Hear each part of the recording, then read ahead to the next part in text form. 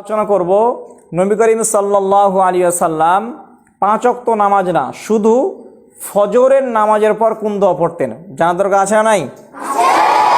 তাহলে এতদিন আলোচনা করেছি 5 ওয়াক্ত নামাজের পর নবীজি কি বলেছেন। আজকে বিশেষ আলোচনা করব যে শুধু ফজরের নামাজের পর নবীজি কি বলতেন, জানবো ইনশাআল্লাহ। প্রথমে আমরা হাদিসটা শুনবো, আমার সাথে বলো। সুনানে ইবনে মাজাহ হাদিস নাম্বার 925।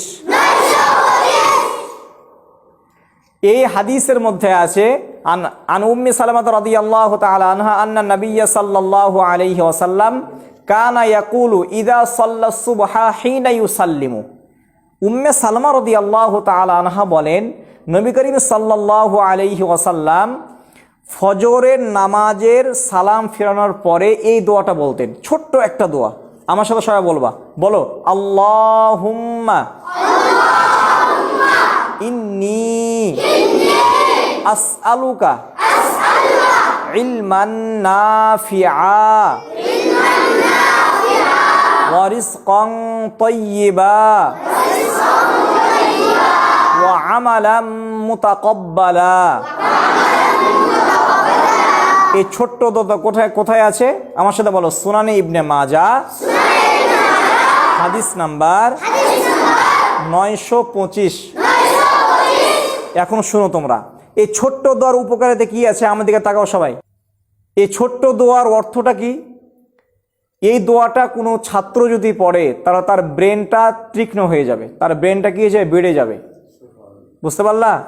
দোয়াটার অর্থ দেখো, দোয়ার অর্থ হলো আল্লাহুম্মা ইন্নী আসআলুকা ইলমান নাফিআ, মানে দোয়া অর্থ হলো হে আল্লাহ আপনি আমাকে ইলমে নাফে দান করো, এমন জ্ঞান দান করো যেই জ্ঞানের দ্বারা আমার গ্রাম, আমার দেশ, পুরো জাতি যেন উপকৃত হয়। বুঝতে পারলো তো?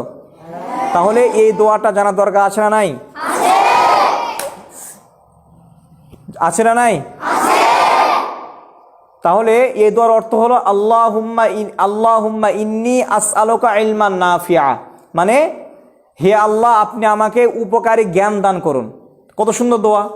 যাদের ব্রেন কম আছে এই দোয়াটা বলবা, এই আমলটা করবে, ইনশাআল্লাহ তোমার ব্রেনটা বেড়ে যাবে। তারপরে রিজকান তাইয়্যিবা, হে আল্লাহ আপনি আমাকে এমন রিজিক দান করুন যে রিজিকটা উত্তম, মানে হালাল রিজিক আপনি আমাকে দান করুন।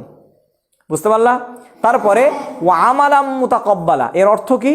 যে ওই আমল করার তৌফিক দান করুন যেই আমল করলে আপনি কবুল করবেন।